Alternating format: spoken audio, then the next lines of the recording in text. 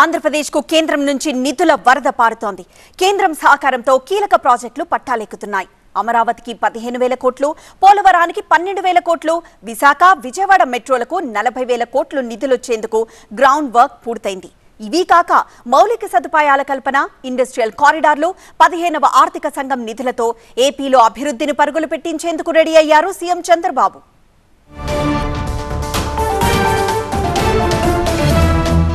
కేంద్ర సహకారం ఏపీకి నూతన ఉత్తేజాన్నిస్తోంది. డబుల్ ఇంజన్ సర్కార్తో కీలక ప్రాజెక్టులకు వడివడిగా అడుగులు ముందుకు పడుతున్నాయి. టార్గెట్ ఫిక్స్ చేసుకుని పనులు పూర్తి చేసేందుకు కార్యాచరణ రూపొందిస్తోంది కూటమి ప్రభుత్వం. కేంద్రంలో చక్రం తిప్పే స్థాయిలో ఉండడంతో సీఎం చంద్రబాబు అడిగినవన్నీ ఇచ్చేందుకు, విభజన హామీలు నెరవేర్చేందుకు పార్లమెంట్ వేదికగానే నిధుల వరద పారించింది. అమరావతికి 15,000 కోట్ల రుణం, అవసరాన్ని బట్టి అదనపు నిధులు ఇస్తామని బడ్జెట్లో కేంద్ర మంత్రి నిర్మలా సీతారామన్ చెప్పారు. రాజధానిలో అభివృద్ధి పరుగులు పెట్టించేందుకు కేంద్ర రుణంపై ఫోకస్ చేసిన సీఎం చంద్రబాబు ఢిల్లీలోని పెద్దలను కలిసొచ్చారు. త్వరగా డబ్బులు పంపించాలని కోరడంతో వరల్డ్ బ్యాంక్, ఏషియా డెవలప్మెంట్ ప్రతినిధులు క్షేత్రస్థాయిలో పర్యటనలు చేసి నిధుల విడుదలకు సూత్రప్రాయ అంగీకారం తెలిపి వెళ్లారు. ఇక రాష్ట్ర ప్రభుత్వ అత్యంత ప్రాధాన్యాంశాల్లో రెండవది పోలవరం.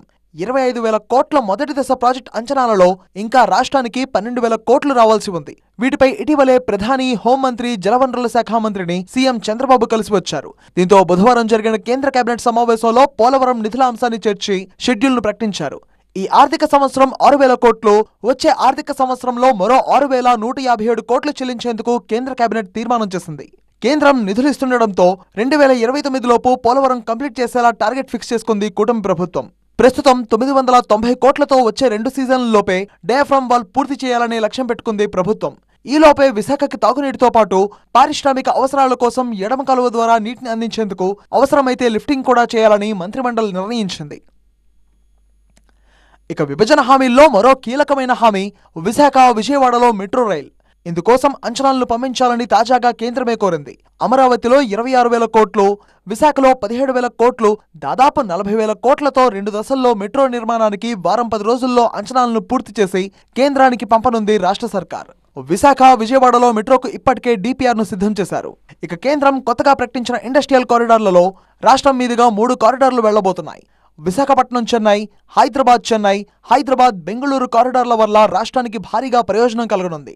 కర్నూలు జిల్లా ఓర్వకల్, కడప జిల్లా కొప్పర్తిలో దాదాపు 5,000 కోట్ల రూపాయల నిధులతో ఏర్పడబోతున్న ఈ క్లస్టర్ ద్వారా 1,20,000 మందికి పైగా ఉపాధి లభించబోతోంది.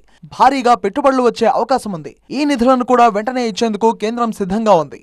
రాజధాని సహా ఏపీలో మౌలిక సదుపాయాల కల్పనకు 2,400 కోట్ల రూపాయలు కేంద్రం కేటాయించగా ఇప్పటికే 1,500 కోట్లు రిలీజ్ చేసింది.